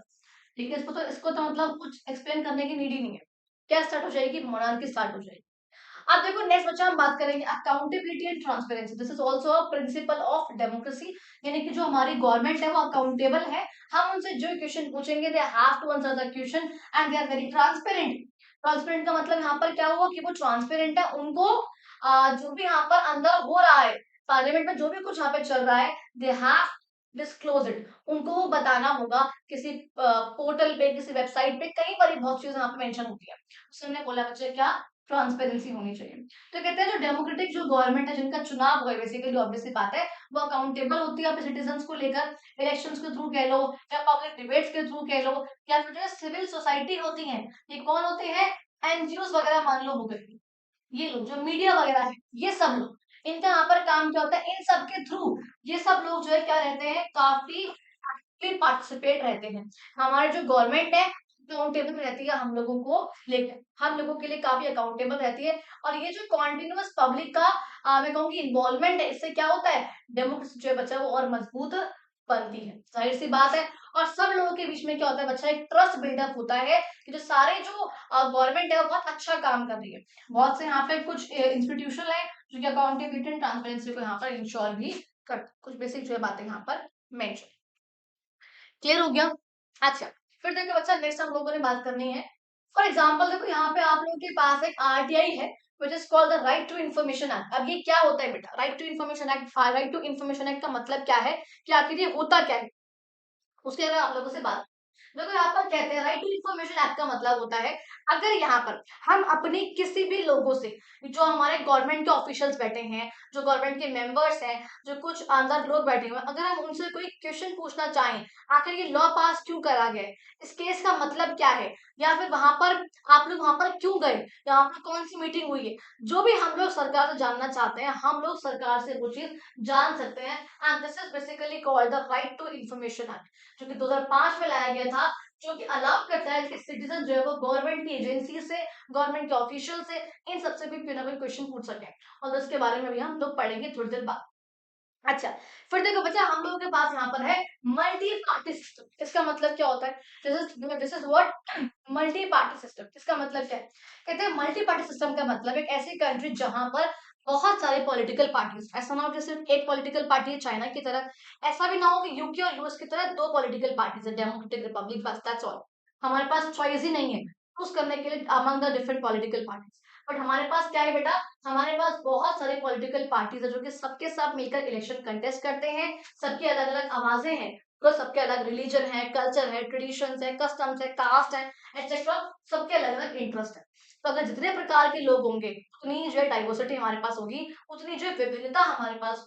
और इससे जो है क्या होता है, लोग बाग को वहां पे अच्छी खासी पावर मिलती है, they got power, they got freedom, they got choice, उनको बहुत कुछ यहाँ पर जो है मिलता है। तो चूज अमंग, जिसको जो उनको सुटेबल लगे, ठीक है, जो उनको सबसे ज्यादा सही लगे। हर एक पॉलिटिकल पार्टीज के जो है क्या होता है, कुछ आइडियाज होते हैं, कुछ वैल्यूज है, कुछ प्रिंसिपल्स होते हैं, जो कि पॉलिसीज एक्शन को बेसिकली शेप करते हैं। इलेक्शन टू पार्लियामेंट और स्टेट असेंबलीज, अब देखो यहाँ पर क्या बोल रहे हैं, इलेक्शन जो यहाँ पर होते हैं पार्लियामेंट के या फिर असेंबलीज के, या तो बच्चों से कोई ऐसा होगा, या तो एक जो सिंगल पार्टी है वो जो है जीत जाएगी, उस सिंगल पार्टी को जो अच्छे अगर वोट मिल गए तो वो पार्टी जो है जीत जाएगी। लेकिन अगर वो पार्टी नहीं जीत पाई है तो क्या होगा, तो आप लोगों को पता है बच्चा, आप लोगों की फॉर्म होती है कोलिशन। एंड कोलिशन का मतलब क्या होता है बच्चा, गठबंधन सरकार। क्या होता है बेटा, गठबंधन सरकार, ठीक है। जिसमें यहाँ पर बोलते हैं कि अगर किसी को भी वोट्स नहीं मिलते हैं, कहते हैं 50% जो सीट्स है उसको वो नहीं मिल रही है, तो क्या होगा, गठबंधन फॉर्म होगा। यानी कि देखो आप लोगों को पता है, लोकसभा में जो कितने मेंबर्स होते हैं बेटा, हमारे पास होते हैं 543 मेंबर्स। अगर इन 543 का आधा और प्लस वन, यानी कि करीब करीब 272 प्लस वोट्स जो है, इतनी सीट्स अगर किसी एक पॉलिटिकल पार्टी को मिल रही है तो ठीक है, अगर नहीं मिल पाई है तो क्या होगा, यहाँ पर गठबंधन सरकार फॉर्म होगी, दो तीन जो है गवर्नमेंट है वो आपस में मिलेंगी, एंड तब जो है वो सरकार फॉर्म करेगी। क्लियर हो गया? तो पॉलिटिकल पार्टीज जो है ये भी यहाँ पर बहुत ज्यादा रिप्रेजेंट करती है वाइड रेंज को। यहाँ पर पॉलिटिकल आइडियोलॉजी सबकी जो अलग अलग होती है, सोशोलॉजिकली, कल्चरली, रिलीजियस जो इनके इंटरेस्ट होते हैं वो भी बहुत अलग अलग होते हैं। क्लियर हो गया? कहते हैं they function within the framework of rules and regulations, जो कि यहाँ पर, अच्छा यहाँ पर देखो बहुत ही इंपॉर्टेंट एक एक्ट है, laid down by the representation of people's act of 1951। ये क्या है बच्चा, इलेक्शंस में फॉलो होने वाला, पॉलिटिकल पार्टी जिसको फॉलो करती है उसका एक, इसका नाम है हमारा representation of people act of 1951। ये आपसे एमसीक्यू में पूछ सकते हैं, रिमेंबर, प्लीज रिमेंबर, बहुत इंपॉर्टेंट है। ऊपर भी हमारे पास एक पॉइंट है, जो मैंने कहा था कि ये भी बहुत इंपॉर्टेंट है, जो फैक्ट था हमारा, एक था वो सीक्रेट बैलॉट वाला, और एक तो जो ऊपर चीजें रही। क्लियर होगी बच्चे, ये वाली बात आप लोगों को? आगे देखो, आगे मूव कर। नेक्स्ट हमारे पास है लास्ट प्रिंसिपल है हमारा, which is the safeguarding the rights of the vulnerable groups. यानी कि जो ग्रुप्स वल्नरेबल है, अब देखो आखिर वल्नरेबल का मतलब क्या होता है, what do you mean by vulnerable, कौन है ये सेक्शंस, कौन से लोग होते हैं बेसिकली वल्नरेबल सेक्शन हमारे। देखो कहते हैं, जो लोग, अगर मान लो कोई भी आपदा आ पड़ी है, कोई प्रॉब्लम है यहाँ, तो जो भी लोग उससे सबसे ज्यादा इम्पैक्ट होंगे, जिनको उससे सबसे ज्यादा रिस्क हो सकता है या रिस्क होगा, उन लोगों को हम बोलते हैं बच्चा आप लोगों का वल्नरेबल सेक्शन। हम मान के चलते हैं हमारी कंट्री में scheduled caste, scheduled tribe and even women, women तक को भी हम लोग वल्नरेबल सेक्शन मानते हैं अपनी कंट्री में।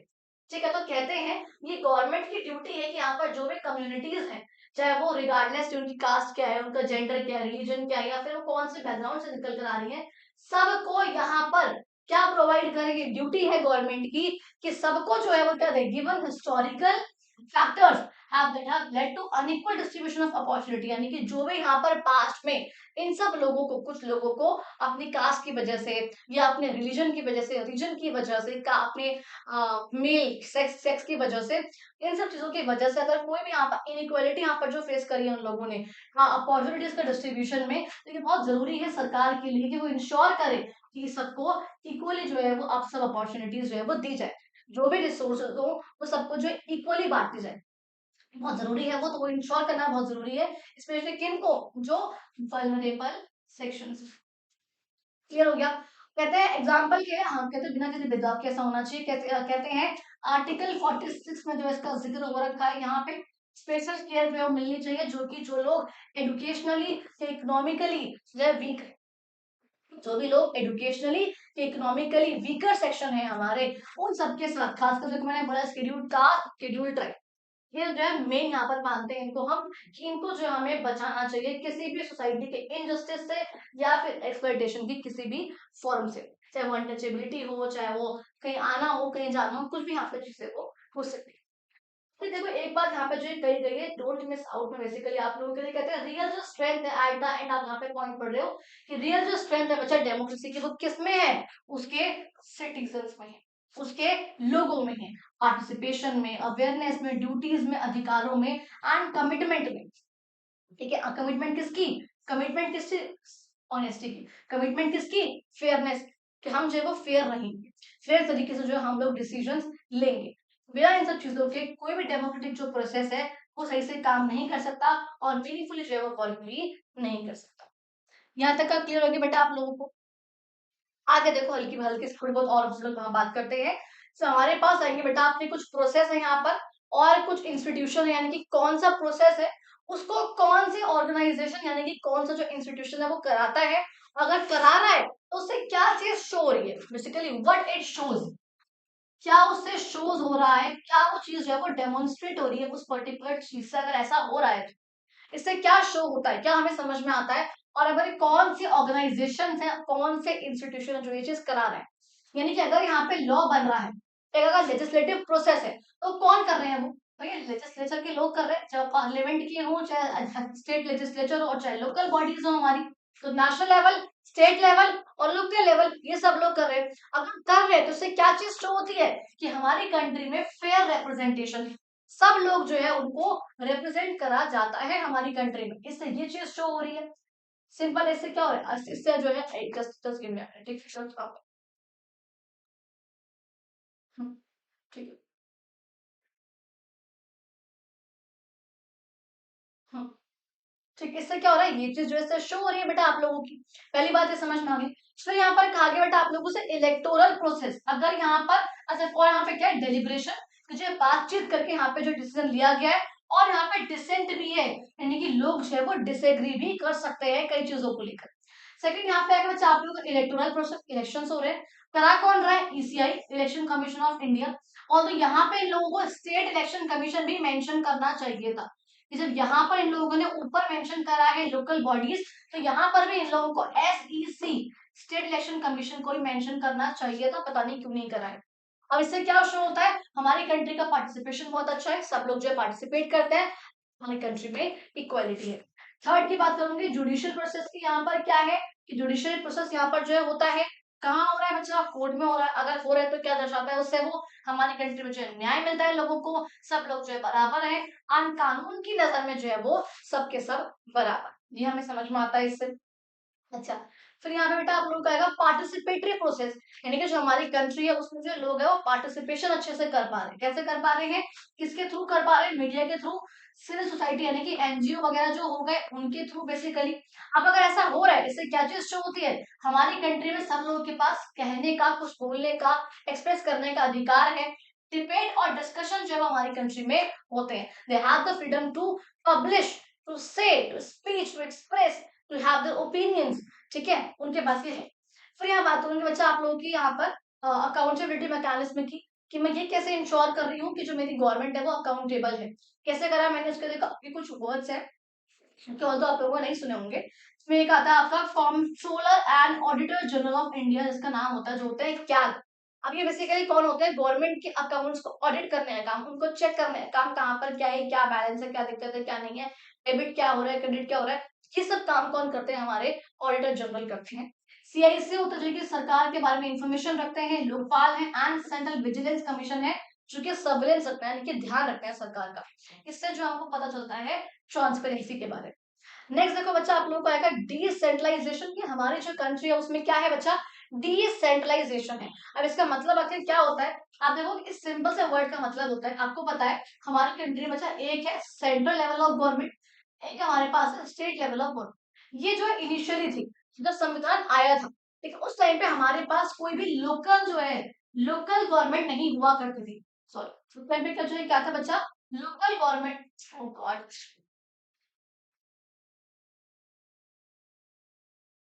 उस टाइम पे क्या था बेटा, लोकल गवर्नमेंट नहीं हुआ करती थी। जस्ट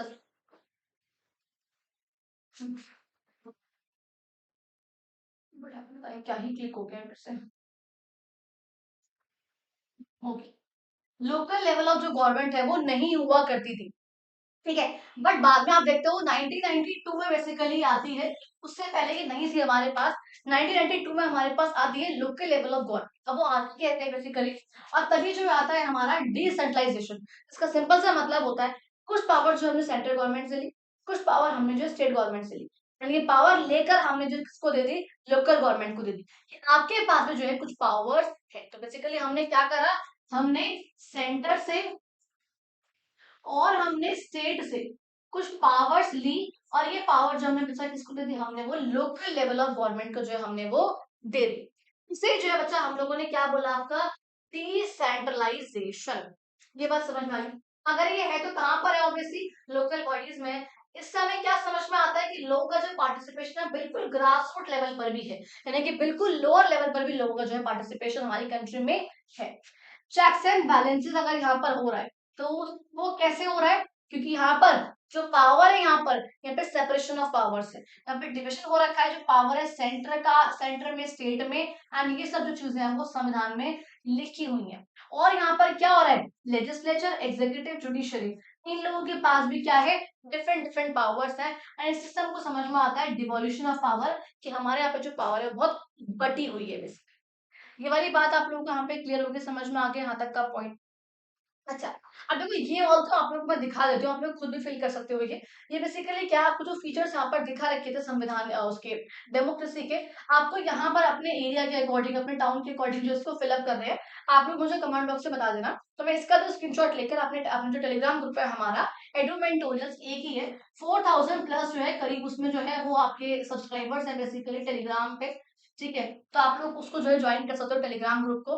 इंस्टाग्राम जो आप लोगों को पता है, प्रगति अग्रवाल अंडरस्कोर ऑफिशियल, 24,000 जो है समथिंग उसमें कुछ फॉलोवर्स है। तो आप लोग चाहो तो यहाँ पे इन सब चैनल्स को ज्वाइन कर सकते हो, ताकि आप लोगों के पास कुछ अपडेट जो भी चीजें रहे वो जो आपको मिलती रहे। तो ये मैं आप लोगों को अपलोड कर दूंगी वहां पर, तो आप लोग यहाँ पे इसको देख सकते हो कि क्या क्या चीजें हैं, कहाँ पर क्या चीजें हो रही है, किस तरीके से हो रही है, आप लोग यहाँ पर फिल करना है। और आपको ये समझाऊंगी, तो यहाँ पे एक वर्ड लिखा हुआ है जिसको क्वेश्चन आर। क्वेश्चन आर का मतलब क्या होता है उसको समझो, कि जब भी कोई पार्लियामेंट्री सिटिंग होती है, कोई मीटिंग हो रही है, वहां पर हर बार जो है क्या होता है, 1 घंटे का क्वेश्चन आवर होता है, जहां पर जो भी हमारे लेजिस्लेचर के लोग हैं, देखो लेजिस्लेचर में कौन लोग आते हैं ये आप लोगों को पता है, हमारे एमपीज आते हैं, हमारे एमएलए आते हैं बेसिकली। अब अगर पार्लियामेंट्री मीटिंग की बात हो रही है, दैट मीन्स हम यहाँ पर सिर्फ और सिर्फ एमपीज की बात करने वाले हैं। तो ये जो सबके सब लोग हैं, ये हमारे एग्जीक्यूटिव के मेंबर्स है। अब एग्जीक्यूटिव के मेंबर्स कौन से होते हैं, बेसिकली जो मिनिस्टर्स हैं। इन सब लोगों से इस फर्स्ट आवर में, पहले घंटे फर्स्ट आवर में, जो वो क्वेश्चन पूछना चाहते हैं कि उस लॉ का क्या हुआ, वो पास हुआ, हो के लागू हुआ, नहीं हुआ, वो बजट पास हुआ था, आपने कितने पैसे खर्च हुए, आप उस लॉ पे कितना काम कर रहे हो, जो भी क्वेश्चन पूछना चाहते हैं वो जो है उनसे पूछ सकते हैं और उनको अकाउंटेबल ठहरा सकते हैं। ये वाली बात समझ में आती है। तो ये जो आपको कुछ बातें नहीं पता थी, मैंने आप लोगों को वो बातें बता दी, और आई थिंक इस पेज पे ऐसा कुछ नहीं था। नेक्स्ट पेज देखो, हम लोग यहाँ बात करेंगे आप लोगों के कुछ और पॉइंट यहाँ पे जो बचते हैं। फर्स्ट बेटा आप लोगों के पास यहाँ पर आएगा रोल ऑफ डेमोक्रेसी, कि आखिर हमारी कंट्री में डेमोक्रेसी का मीडिया का role of media in democracy, आखिर मीडिया का जो है हमारी कंट्री में क्या रोल है। तो देखो वहां पे बहुत सिंपल है, आप लोगों को पता ही है सब चीजें, आपको बताने की जरूरत नहीं है। बस यहाँ पे इंपॉर्टेंट बात क्या है कि मीडिया को जो है यहाँ पर क्या कहा गया है बच्चा, फोर्थ पिलर ऑफ डेमोक्रेसी बोला गया। किसका? फोर्थ पिलर ऑफ डेमोक्रेसी जो है बोला। अब आप लोगों के लिए होमवर्क में दे रही हूँ, आप लोगों को कमेंट बॉक्स में बताना है कि 3 पिलर्स हम लोग ऑलरेडी पढ़ चुके हैं वैसे, बट स्टिल जो है वो 3 पिलर्स यहाँ पर हम किसको कहते हैं डेमोक्रेसी का, ये आप लोगों को जो है मुझे कमेंट बॉक्स में आप लोगों को बच्चा वो बताना है। तो ये मुझे बताओगे कमेंट बॉक्स में कि आखिर, तभी मैं मानूंगी कि आप बच्चों ने पूरी वीडियोस देखी है यहाँ ये वाली। कमेंट बॉक्स में आप बताओगे कि आखिर वो 3 पिलर जो है डेमोक्रेसी के वो कौन कौन से, समझ में आया? तो देखो मीडिया को यहाँ पर बोलते हैं कि भैया फोर्थ पिलर जो है इसको बोला हुआ है बेसिकली यहाँ पर, बिकॉज ये बहुत इंपॉर्टेंट पार्ट है हमारी डेमोक्रेसी का। इससे हमको बहुत सी बातें पता चलती है, हमें समझ में आता है गवर्नमेंट में क्या काम हो रहा है, कहाँ पे क्या चीज हो रही है, हम समझ पाते हैं। As a voice of the masses के रूप में जो ये काम करते हैं, न्यूज़पेपर्स में, न्यूज चैनल्स में हम इन सब के बारे में समझ पाते हैं। यहाँ पे इश्यूज वगैरह को रेस करना हो तो वो लोग वो भी कर पाते हैं, कंट्रीब्यूट करते हैं सही तरीके से हर एक मैकेनिज्म में। तो बेसिकली यहाँ पर इसलिए इनको जो है क्या बोलते हैं, fourth pillar of democracy basically बोलते हैं। फिर देखो बच्चा हम लोगों के पास आएंगे the most important points which will be types of democracy. आखिर डेमोक्रेसी के कौन कौन से टाइप्स होते हैं, क्या उसके प्रकार है बेसिकली, तो कौन कौन से प्रकार डेमोक्रेसी के होते हैं।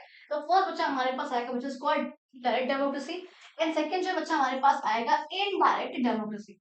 इस डायरेक्ट डेमोक्रेसी को हम लोग एक और यहाँ पे क्या बोलते हैं, देखो उसका मतलब क्या होता है, जो भी यहाँ पे अडल्ट सिटीजन है जब वो डायरेक्टली जो है किसी भी डिसीजन मेकिंग में पार्टिसिपेट कर सके। अगर यहाँ पे लॉज बन रहे हैं, सब लोग जो है बैठे एक साथ और उसमें पार्टिसिपेशन कर सके, या अपने अपनी बातों को डायरेक्टली जो है गवर्नमेंट तक पहुंचा सके, डायरेक्टली अपनी बातों को सरकार तक पहुंचा सके, या डायरेक्टली वहां जो है बैठ कर डिसीजन ले सके, उससे हम लोग जो है बच्चा आप लोग का बोलते हैं डायरेक्ट डेमोक्रेसी। लेकिन जब पॉपुलेशन बहुत बड़ी हो, लाखों की करोड़ों की तादाद में, तो क्या सबका एक जगह बैठकर कोई भी डिसीजन ले पाना ये पॉसिबल है? नहीं है। इन दैट केस क्या होता है, आप लोगों का जहां पर सब लोग जो है मिलते हैं और एक जगह पर आके इलेक्ट करते हैं किसी एक इंसान को। ये पूरी पूरा एरिया इतना बड़ा एरिया है, यहाँ से बहुत सारे जो लोग हैं वो निकल कर आते हैं, ये लाखों लोग जो है मिलकर एक पर्टिकुलर इंसान को वोट करते हैं, और ये जो एक इंसान होता है वो इस एरिया का बन जाता है रिप्रेजेंटेटिव। ताकि अब ये जो रिप्रेजेंटेटिव होगा ये जाकर बैठेगा पार्लियामेंट में, या फिर लेजिस्लेटिव असेंबलीज में, या फिर हमारे एमसीडी के कोर्ट्स, और वहां बैठकर वो पर्सन जो है वो डिसीजन लेगा। तो हमारा क्या हुआ, इसमें इनडायरेक्टली पार्टिसिपेशन हो रहा है हमारा डेमोक्रेसी में। यहाँ पे डायरेक्टली हुआ, हमने खुद जो है बातें कही है, लेकिन यहाँ पे जो क्या हो रहा है बच्चा आप लोगों का इनडायरेक्टली हो रहा है। इसे हम लोग इसलिए बोलते हैं रिप्रेजेंटेटिव डेमोक्रेसी। देखो क्या बातें लिखी है, कहते हैं यहाँ पे जो सिटीजन है वो डायरेक्टली पार्टिसिपेट कर पाते हैं प्रोसेस में। इसमें क्या होता है, कुछ फीचर्स यहाँ पे जो है रिप्रेजेंटेटिव के भी इसके अंदर होते हैं कि लोग पार्टिसिपेट कर रहे हैं, अपनी बात को कह पा रहे हैं, उस तरीके से कुछ चीजें हो रही है। और तो ये फॉलो कर पाना बहुत मुश्किल है बड़ी बड़ी कंट्रीज में, लेकिन तब ये स्विट्जरलैंड में जो ये फॉलो होता है। स्विट्जरलैंड में फॉलो कैसे हो रहा है, इसलिए नहीं कि यहाँ पे बहुत कम लोग हैं, बल्कि इसलिए वहाँ पे कुछ इनिशिएटिव होते हैं, जैसे कि आपको नाम होता है रेफरेंडम, एक होता है यहाँ पे बच्चा इनिशिएटिव। ये यहाँ पर दो चीज वहां पे फॉलो होती है, इसकी वजह से हम कहते हैं कि स्विट्जरलैंड में क्या है, डायरेक्ट डेमोक्रेसी होती है। इसका मतलब क्या हुआ रेफरेंडम का, मान लो कोई भी यहाँ पर लॉ है उसको हमें पब्लिक को रेफरेंड कर दिया गया पब्लिक पोर्टल के थ्रू। अब आप लोग बताओ कि आपका क्या कहना है इसके ऊपर, अपनी ओपिनियन जो आप लोग बताओ। मैंने क्या कहा था, जहाँ पे आप लोग डायरेक्टली गवर्नमेंट तक अपनी बात को पहुंचा सको, पहुंचा दिया आपने। ऑल्सो एक होता है इनिशिएटिव, जहाँ पे क्या मतलब हो कि गवर्नमेंट में कोई बिल नहीं आया नया, बल्कि हम लोगों को लग रहा है एजुकेशन पे काम नहीं हो बहुत टाइम से, ये काम होना चाहिए, तो मैंने खुद एक बिल पास करवाया, मैंने खुद एक बिल इंट्रोड्यूस करा पार्लियामेंट में, मैंने पोर्टल में मेंशन कर दिया, वो बिल जो है पार्लियामेंट में पहुंच गया। क्या हो रहा है, हम डायरेक्टली यहाँ पर बोल पा रहे हैं, अपनी बात को सरकार तक पहुंचा पा रहे हैं, ये हमारे। अच्छा, इंडिया में भी जो है ये होता है, बट इंडिया में जो है बहुत ही स्मॉल स्केल, यानी कि ग्राम सभा के लेवल पर जो है ये होता है। मैंने पहले भी आप लोगों को बता रखा है, इंडिया में भी जो है ग्राम सभा के लेवल पर होता है, जहाँ पर क्या होता है सब जो लोग हैं जो 18+ है एक साथ बैठते हैं उस गांव में, और बैठकर कोई भी यहाँ पर काम करते हैं, उसे हम लोग बोलते हैं आप लोग को ग्राम सभा। ये ग्राम पंचायत से ऊपर होती है बेसिकली। और यहाँ पे इसका मतलब क्या है, जहाँ पे लोग अपने रिप्रेजेंटेटिव को चूज कर रहे हैं, यहाँ पे डायरेक्टली गवर्न नहीं कर रहे हैं, बट पीरियोडिक इलेक्शन यहाँ पे हो रहे हैं, और सरकार जो है वो अकाउंटेबल रहती है, बिकॉज हम लोगों ने उनको चुना है, तो वो हमारे लिए अकाउंटेबल है, वो हमको जवाब देंगे। इंडिया है ना, ये सब का इंडिया, यूएसए, यूके, ये सब जो कुछ कंट्रीज बेसिकली यूजुअल सब कंट्रीज में जो यही फॉलो होता है, बिकॉज सारी ही कंट्रीज में पॉपुलेशन बहुत ज्यादा है, तो हर एक कंट्री में डायरेक्ट को फॉलो करना पॉसिबल नहीं है, सब कंट्रीज में इनडायरेक्टली जो है फॉलो होता है। समझ में आ गई वाली बात। अब देखो कहते हैं इस इनडायरेक्ट के भी दो parts, first is parliamentary democracy and second बचा आप लोगों का प्रेसिडेंशियल डेमोक्रेसी। इनका मतलब क्या होता है, देखो पार्लियामेंट्री के नाम समझ में आ रहा है हमको, जहां पर पार्लियामेंट सुप्रीम है, जहां पर मेन काम पार्लियामेंट यहाँ पे कर रहा है, जिसमें क्या होता है बेसिकली कि यहाँ पर आपको पता है एक होता है लेजिस्लेचर, एक होता है एग्जीक्यूटिव, ये बात आप लोगों को पता है। अच्छा एक चीज, पहले एक चीज आप लोगों को समझाना चाह रही हूँ मैं यहाँ से, आई नो वीडियो लंबी हो रही है, बट जस्ट मुझे 1 मिनट और दो आप लोग, हम खत्म करने वाले हैं वैसे वीडियो को बहुत जल्दी, फटाफट से 5-7 मिनट की रह गई है बस वीडियो, जस्ट आप लोग अभी देखो। बहुत इंपॉर्टेंट जो है टॉपिक होने वाला है, जो आप लोगों को जहाँ पर एक बार डिस्कस मुझे आप लोगों से करना है, ये वाला पर्टिकुलर टॉपिक। क्या कह रहे हैं, अभी ना आप लोगों को कहा हमारे पास जो है बेटा एक होता है लेजिस्लेचर, एक होता है बेटा हमारे पास एग्जीक्यूटिव। जुडिशरी मैंने भी अलग रखा हुआ है, ठीक है, मैं अभी इन दोनों की बात कर रही हूँ। इस लेजिस्लेचर का मतलब होता है बेसिकली पार्लियामेंट या फिर लेजिस्लेटिव असेंबली।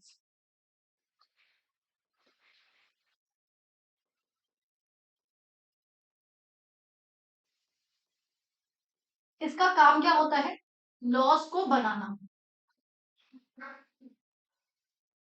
इसका काम क्या होता है, उन लॉस को इम्प्लीमेंट करना। बहुत इंपॉर्टेंट टॉपिक समझा रही हूँ, प्लीज समझ लो। इसका काम क्या होता है, लॉस को बनाना, इसका काम होता है लॉस को इम्प्लीमेंट करना। अब देखो क्या हो, इसमें कौन लोग आएंगे, अगर बात करूं पार्लियामेंट की बात करें, इसमें आपके दो आते हैं, एक आता है बच्चा लोकसभा, एक आता है बेटा आप लोगों का राज्यसभा। पता है आप लोगों को ये बातें बहुत सिंपल सी बातें हैं। अब क्योंकि ये पार्लियामेंट की बात कर रही हूँ, तो यहाँ पर इन दोनों के ही मेंबर्स को, क्योंकि पार्लियामेंट के मेंबर्स हैं, इन दोनों के मेंबर्स को हम लोग बोलते हैं मेंबर्स ऑफ पार्लियामेंट। जाहिर सी बात है, हम लोग क्या बोलते हैं इनको, बोलते हैं हम लोग मेंबर्स ऑफ पार्लियामेंट, यानी कि एमपीज बोलते हैं हम इन्हें। और ये जो होंगे इनके मेंबर्स होंगे जो कि हर एक स्टेट की लेजिस्लेटिव असेंबली में जाके बैठे होंगे। ये पूरे इंडिया का एक होता है, बेसिक बातें हैं बहुत, ये हर एक स्टेट का एक होता है, ठीक है, लेजिस्लेटिव असेंबली। इन सबको हम क्या बोलते हैं, एमपी बोलते हैं। लोकसभा में जो ये कितने होते हैं बच्चा, वो होते हैं हमारे 543, एंड राज्यसभा में जो ये कितने होते हैं बच्चा, आपके होते हैं 245। अब इतने इतने हमारे यहाँ पर। अब देखो ये सबके सब कौन हुए, हमारे एमपीज हुए, ये सबके सब कौन हुए, हमारे एमपीज हुए। अब देखो जब भी इलेक्शन होते हैं हमारे लोकसभा के इलेक्शन, बिकॉज हम लोग सिर्फ और सिर्फ यही लोगों को हम लोग डायरेक्टली इलेक्ट करते हैं। अब ये अलग कॉन्सेप्ट है, उसको हम लोग नहीं समझेंगे, उसको मत समझो, कंफ्यूज होगा बहुत ज्यादा, उसको मत समझो, वरना बहुत ज्यादा ही कंफ्यूज आप लोग हो जाओ। देखो यहाँ मैंने बोला लोकसभा के जो इलेक्शन होते हैं वो हम लोग कंडक्ट करा रहे हैं, हमारे थ्रू होते हैं वो। अब उसमें और इन दोनों के एमपीज को हमने मिलाया, ये सबके सब बेसिकली क्या है, एमपीज हैं। इन्हीं में से इन्हीं में से ही इन दोनों में से ही कोई एक, जो भी मेजोरिटी पॉलिटिकल पार्टी जीती है, चाहे वो बीजेपी है, बीएसपी है, आप है, आईएनसी, कोई पार्टी है, 6 होती है, 6 नेशनल पार्टी है, उसमें जो पॉलिटिकल पार्टी जीती है, जिस पॉलिटिकल पार्टी को आउट ऑफ दिस 543 उसको 273 अगर सीट उस इंसान को, उस पॉलिटिकल पार्टी को मिल गई है, तो वो जो पॉलिटिकल पार्टी वो हमारी जीत चुकी है। अगर वो जीत गई है, उसकी सरकार फॉर्म हो चुकी है, सरकार फॉर्म होते ही वो यहाँ से इन एमपीज में, देखो हम लोग कभी भी अपने पीएम का इलेक्शन नहीं करते हैं, हम लोग कभी भी प्राइम मिनिस्टर का चुनाव नहीं करते, हम लोग हमेशा सिर्फ और सिर्फ इन एमपीज का चुनाव करते हैं। पहले ये बात समझ में आई, हम लोग सिर्फ और सिर्फ इन एमपीज का चुनाव करते हैं, और इन एमपीज में से एक इंसान जो उस विनिंग पॉलिटिकल पार्टी का लीडर होता है, वो बन जाते हैं हमारे प्राइम। कौन बनाते हैं बच्चा, कौन बनते हैं बेटा, हमारे वो बनते हैं प्राइम मिनिस्टर। और फिर ये प्राइम मिनिस्टर जो होते हैं, देखो, और फिर ये जो प्राइम मिनिस्टर होते हैं हमारे, ये प्रेसिडेंट के साथ मिलकर, ये क्या करते हैं, ये प्रेसिडेंट के साथ मिलते हैं, और मिलकर बहुत सारे जो काउंसिल ऑफ मिनिस्टर्स होते हैं बेटा आप लोगों के, क्या होते हैं, जो काउंसिल ऑफ मिनिस्टर्स बेसिकली कितने होते हैं, ये 70 से 80 होते हैं। ये 70 से 80 कहां से निकल के आते हैं, इन्हीं 543 में से निकल कर आते हैं, इन्हीं 543 में से ये कुछ मेंबर्स निकल कर आते हैं, मिनिस्टर्स उसको हम बोलते हैं, और इनका काम क्या होता है, इन लॉज को इम्प्लीमेंट करना, जो यहाँ पर इन सब एमपीज के द्वारा बनाए गए। पावर ऑब्वियसली बात है इनके पास थोड़ी ज्यादा होती है, लेकिन आपस में सबके सब जो है क्या होता है, एक दूसरे की पावर पे चेक रखते हैं, ये तो ऑलरेडी हम लोग डिस्कस कर चुके हैं। दैट मीन्स प्राइम मिनिस्टर जो है वो इन एमपीज में से निकल कर आते हैं। एक यहाँ पर हो गए, बचे कितने 542। इन 542 में से जो है निकल कर आते हैं हमारे ये वाले सारे के सारे काउंसिल ऑफ मिनिस्टर्स। ये वाली बात समझ में आ गई आप लोगों को यहाँ तक? यहाँ से जो है सारे के सारे निकल कर आएंगे एंड दैट्स हाउ ये सब जो लोग हैं मिलकर उन लॉज को इम्प्लीमेंट करते हैं। अब ये बात आप लोगों को क्लियर हो गई। तो अगर यहाँ पे हम लोग ये वाला कॉन्सेप्ट जो हम लोग पढ़ रहे हैं, एक सेकेंड, तो यहाँ पर ये वाला कॉन्सेप्ट हम लोग बच्चा आप लोगों का पढ़ रहे हैं। यहाँ पे हम लोगों ने कहा कि जो मेंबर्स ऑफ एग्जीक्यूटिव है वो ऑल्सो पार्ट ऑफ लेजिस्लेचर। तो अब आप लोगों को समझ में आ गया मैंने ये लाइन क्यों बोली है। एग्जीक्यूटिव के जो मेंबर्स है वो लेजिस्लेचर का ही पार्ट है, हुआ क्लियर।